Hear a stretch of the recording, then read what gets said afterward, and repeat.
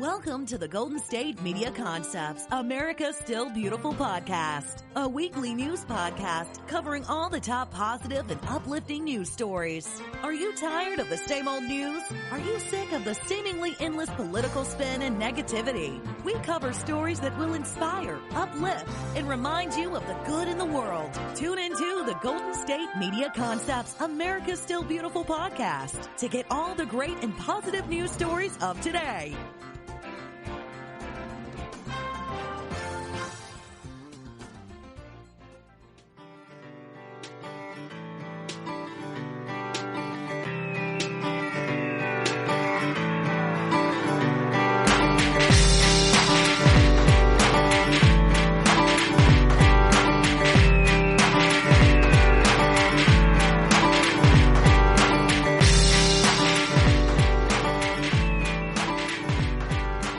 Welcome to GSMC, America's Still Beautiful podcast, brought to you by the GSMC Podcast Network.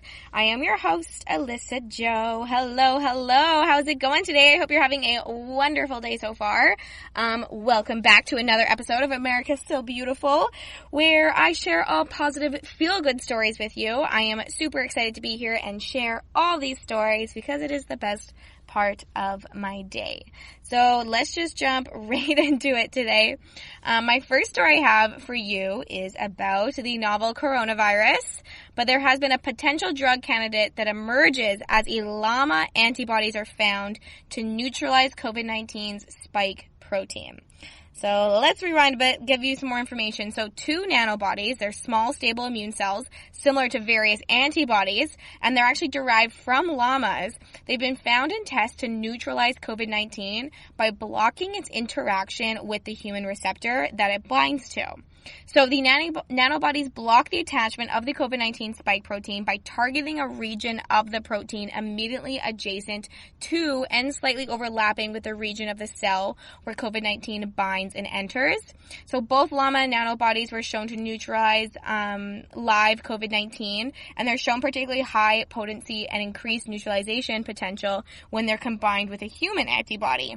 So all of these findings were published in Nature Structural and Molecular Biology paper, if you want to go check that out online.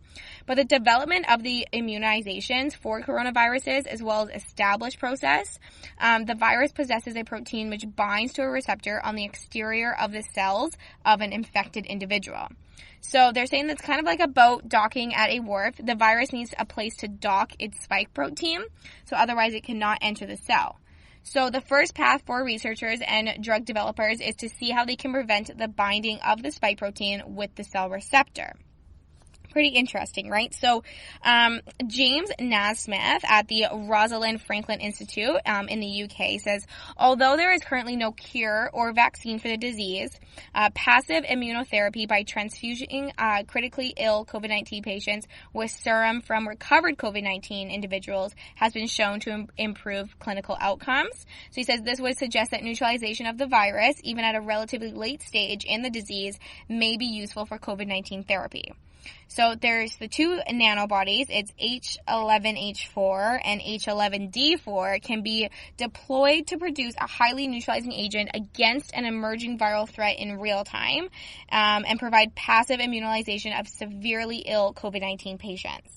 So the research was found by the Rosalind Franklin Institute, and it's a medical research center that's supported the UK government, and it's filed a patent on the nanobodies.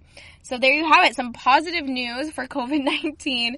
If you want to read some more information about this, like I said, the findings are published in the Nature Structural and Molecular Biology paper. So you can search that up online and find lots more information. But I had to start today's episode off with a positive story about COVID-19. There's always good things coming still.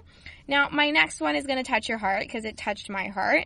So there's this little boy, and he is 5 years old, and he has been walking on his new prosthetic legs, raising $1 million for the hospital that saved him. And this is all kind of inspired by Captain Tom, who I talked a lot about kind of previously in some of these episodes. He was the one that made all those laps around the garden and raised so much money for the healthcare system.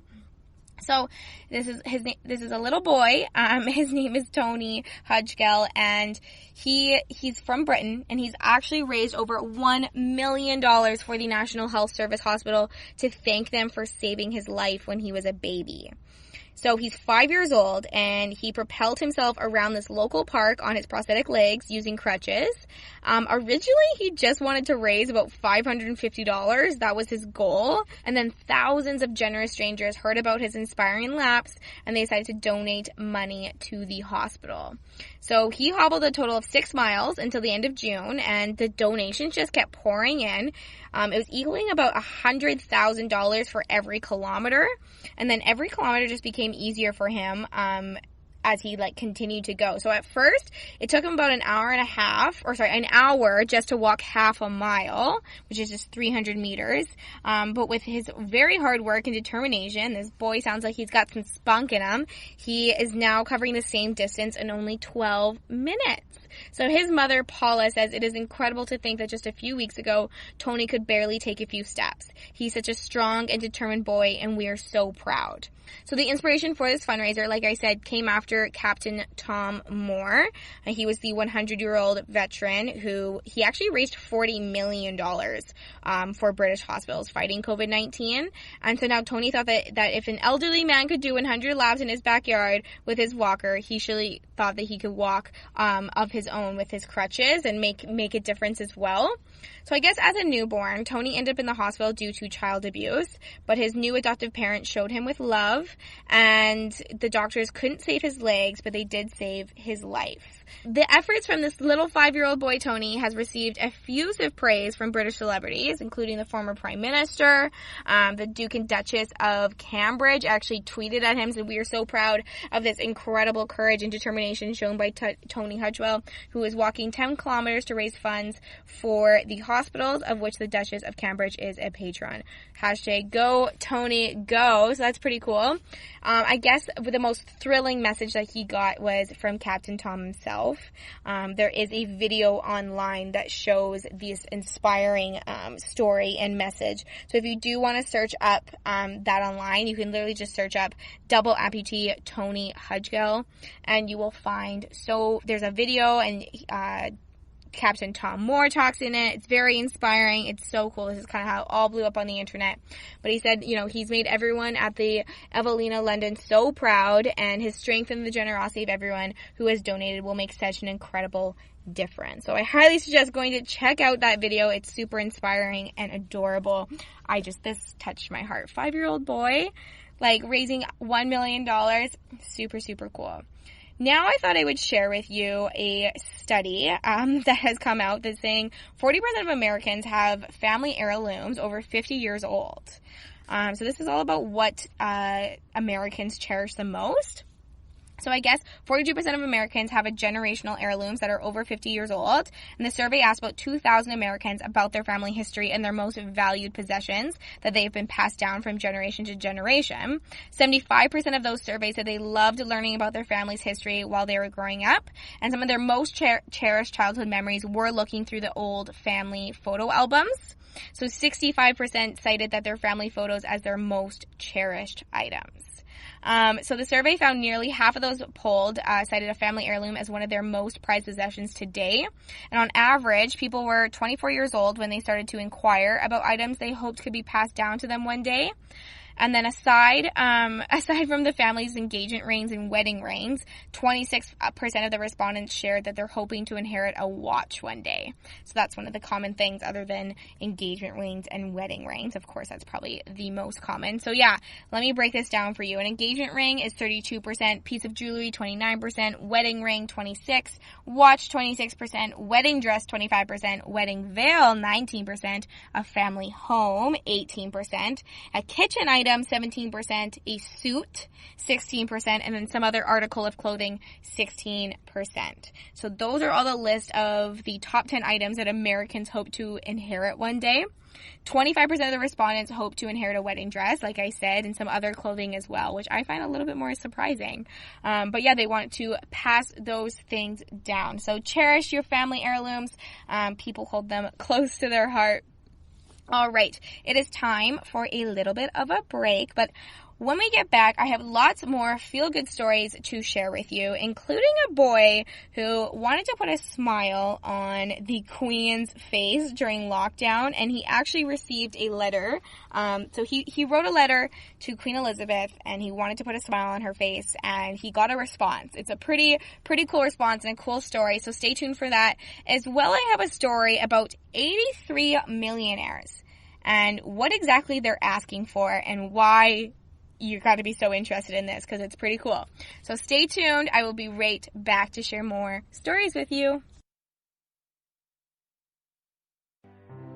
The GSMC Life and Happiness podcast takes you on a journey of exploration. We'll discuss tried and true methods alongside the latest trends of how to best live your life to its fullest and happiest. From psychology to meditation, science to self-help books, the GSMC Life and Happiness podcast will help you to discover what makes you happy and how you can live life being the best you possible. Download the GSMC Life and Happiness podcast on iTunes, Stitcher, SoundCloud, Google Play, or anywhere you find podcasts. Just type GSMC in the search bar.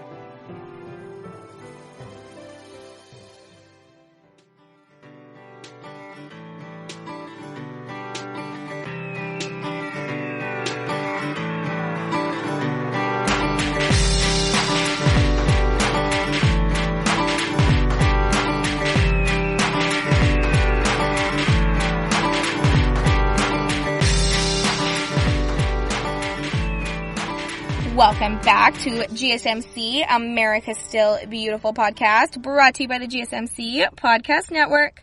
I am your host, Alyssa Jo. Hello. Okay, we are back sharing more feel-good stories with you. So my next one is about this adorable 7-year-old boy who wanted to put a smile on Queen Elizabeth's face. So he decided to create a word search puzzle, and he literally sent it to the Queen because he just wanted to keep her entertained and put a smile on her face during the lockdown.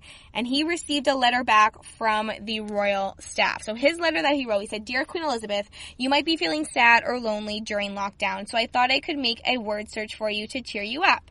Love, Timothy Matters." So Timothy Matters, he is from Essex, and he was worried that the Queen just might be bored or sad during lockdown. So he literally created a happiness-themed puzzle to keep her busy. And literally in his best handwriting possible, he just hid the words happiness, love, family, and sunshine throughout this little word cross puzzle.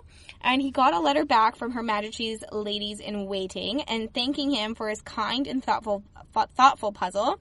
So this was dated on July 3rd, and it was hand-signed by Philippa de Pass, and says, "Dear Timothy, the Queen wishes me to write and thank you for your kind letter and for the puzzle you have created, especially for Her Majesty. Your thoughtfulness is greatly appreciated. The Queen hopes that you two are keeping safe and well in the current situation." So he was just on cloud 9 when he got this letter. His mother, Jo Matter, says that her son is always just thinking about other people. He wanted to do something to cheer her up, and he did it in the neatest handwriting possible.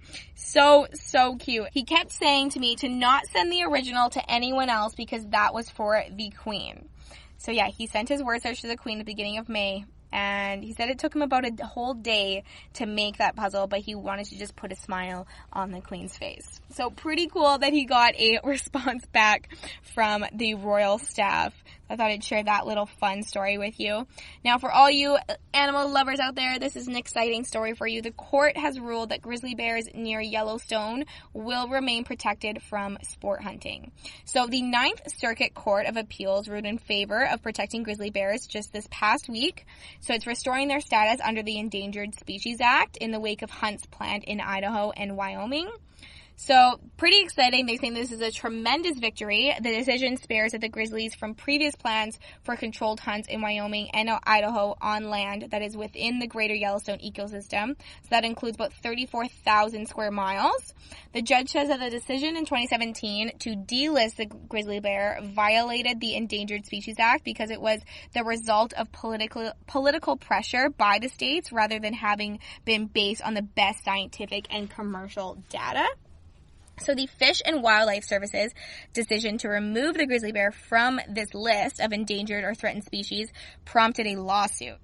So the delisting was then overturned in federal district court a year later, which forced Wyoming and Idaho to cancel the hunts that were planned for lands outside of Yellowstone and the Grand Tetons parks, which would have been allowed up to about 23 bears to be killed.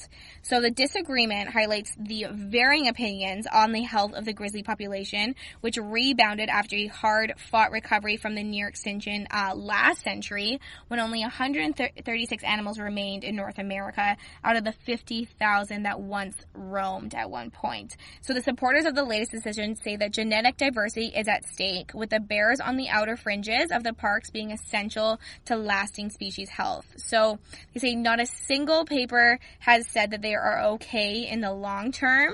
So in ruling that Yellowstone grizzly bears must remain protected under the Endangered Species Act, the Ninth Circuit Court of Appeals pointed to the lack of concrete enforceable mechanisms to ensure long-term genetic health of the Yellowstone grizzly, and that the ruling explains that the committed to increase population size is required to ensure long-time viability. So the government and ranchers continue to claim the bear members are at capacity, but plenty has been written that raises serious doubts that grizzlies have gained that strong of a paw hold species-wide. So there you have it. The grizzly bear in Yellowstone will remain protected from the sport hunting. This has now been officially passed. All right, now my next story. So 83 millionaires are asking for higher taxes because they say humanity is more important than our money. Pretty cool, right? So 83 millionaires have signed an open letter to their governments demanding increased tax rates on their own fortunes in order to raise capital to benefit society in the wake of COVID-19 pandemic lockdowns and resulting in economic hardships, of course, right? So the signers include some Disney heirs, Ben & Jerry's ice cream co-founder Jerry Greenfield, and some citizens of a dozen different countries like Spain, UK, US, Holland, Russia, and a few others. They've all signed this saying that to hire their taxes. They say, unlike tens of millions of people around the world, we do not have to worry about losing our jobs, our homes, or our ability to support our families. We are not fighting on the front lines of this emergency, and we are much less likely to be its victims.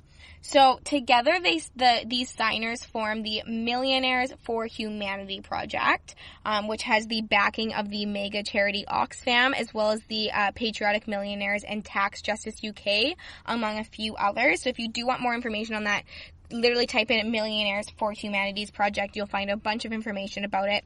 But they have called on governments just to create an immediate, substantial, permanent increase to tax rates on people like us, is what they said. So government leaders must take the responsibility for raising the funds we need and spending them fairly. We can ensure we adequately fund our health systems, schools, and security through a permanent tax increase on the wealthiest people on the planet. This is all written in the letter. So pretty interesting, I have to say. 83 millionaires asking for higher taxes just for humanity, because humanity is more important than their money. Now, this next story I think will also touch your heart as well. This is a heartfelt one.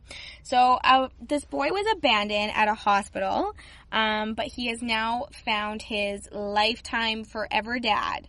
Okay, so let me back up. This little boy, his name was Tony, and he had quite the difficult childhood. So his birth parents gave him up for adoption, and then he spent a few years in the foster care system before being adopted at the age of 4. But then those parents left him in a Charlotte, North Carolina hospital when he was 11, and they just never returned.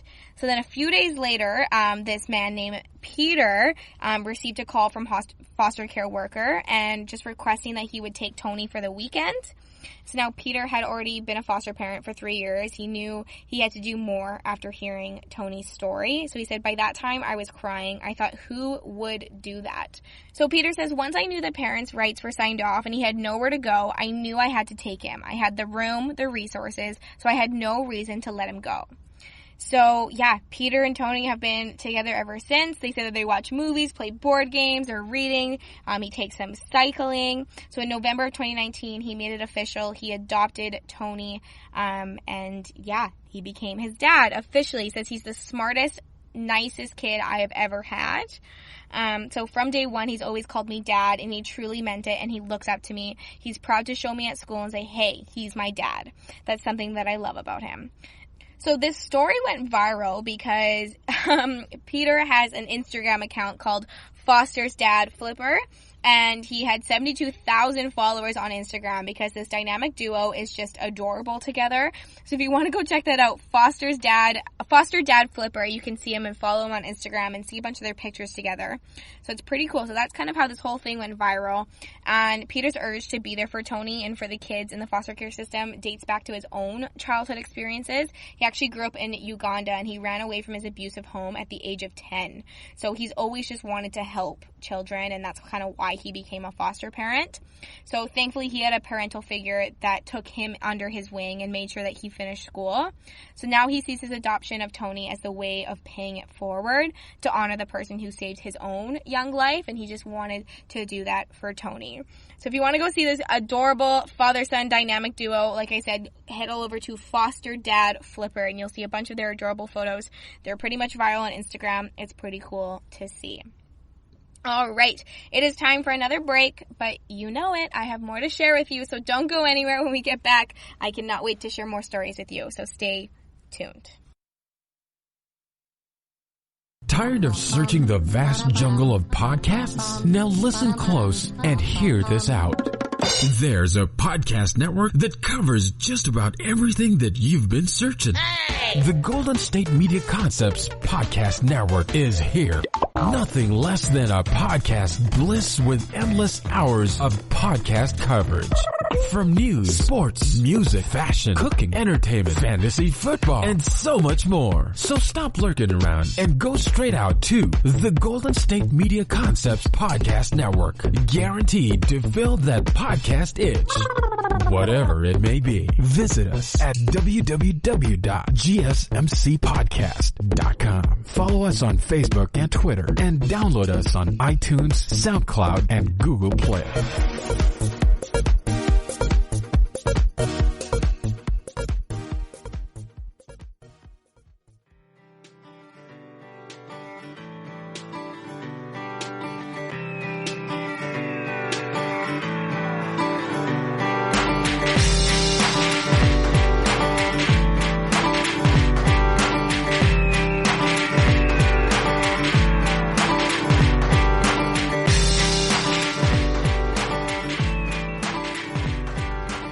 Welcome back to GSMC, America's Still Beautiful podcast, brought to you by the GSMC Podcast Network.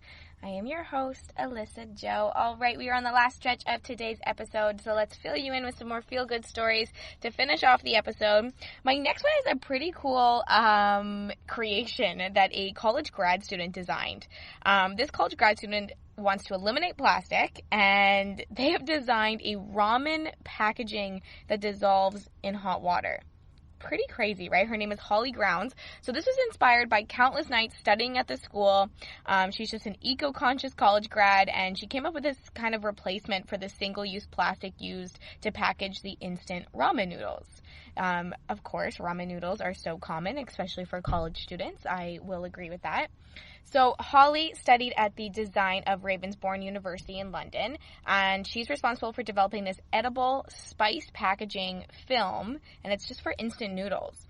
So she felt compelled to develop her dissolvable noodle packaging after realizing this long-lasting environmental consequences of such a quick and easy meal.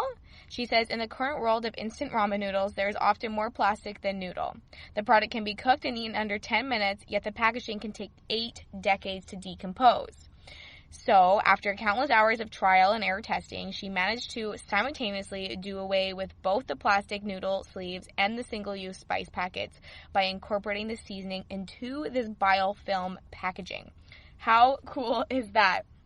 So the biofilm is thick enough to keep the noodles from getting stale, but then it melts into the ramen broth exactly 1 minute after coming into contact with boiling water. So you can literally, you don't have to carry your noodle cup around, or the seasoning or anything. This packaging just goes around the noodles and you're good to go.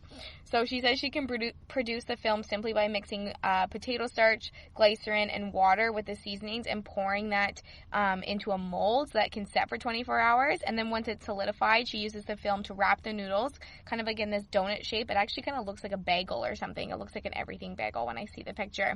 And then heating it on the stovetop. And then just for hygiene purposes, she then bundles the meal into a paper wrapper as well. So yeah, pretty cool. So not only is this invention more environmentally friendly than, of course, the consumer packaging, it also just takes less time to cook and prepare because it eliminates the need to tear open those different plastic sleeves. You know how much plastic is in ramen noodles. So the noodle wrapper was featured as one of the 5 finalists in Deezen's Circular Economy themed virtual design festival. This was back in June. And now she hopes that she can use the media attention to help implement the biofilm packaging and other food packaging schemes as well. Pretty interesting. Go search this up on the internet. It is honestly so cute. Like, just search up like college grad designs ramen packaging. You'll see what I mean by it. Like, it kind of almost looks like they're like everything bagels, but it's literally just like noodles wrapped up in this like film. How interesting is that? Now, continue on the environmental train here. They are saying that spreading out the dust of basalt rock over fields could drain billions of metric tons of CO2 out of the atmosphere every single year. This is a new study that was just published in Nature online if you want to go find out more information. But basically, the mitigation of the worst effects of human-caused climate change will require both cutting carbon emissions and the gradual removal of already existing greenhouse gases. So soils normally absorb carbon from the atmosphere, but when mixed with the dust of basalt, which is rich in calcium and magnesium, and also very abundant as a mining and mineral byproduct, you get twofold benefits. So that's the crop production that is more nutrient and an acceleration absorption of CO2. So the mixing of dust and soil increases the alkali and then dissolving CO2 into non-organic carbon forms such as hydrogen carbonate ions. So then these carbon sequestering ions are removed via the rainwater and then transferred to the ocean through runoff and drainage systems where they will act as carbon prisons for 100,000 years. So they say that this can also cut the acid level in the ocean, which puts corals at risk. And then the idea has now been a threefold benefit. So it's kind of a win-win-win situation. They say the CO2 drawdown strategies that can scale up and are compatible with existing land uses are urgently required to combat climate change alongside deep emission cuts. And their modeling and analysis found that the emissions of serious CO2 producers like Germany and Japan could be offset by treating half the world's cropland with basalt dust. And then this would in theory be cheaper than other CO2 extraction strategies, which of course those costs are varying on local label rates. So these numbers could be plugged into their models and a more accurate and real-world assessment could be made on how far basalt dust mixing could go to reducing the effects of climate change.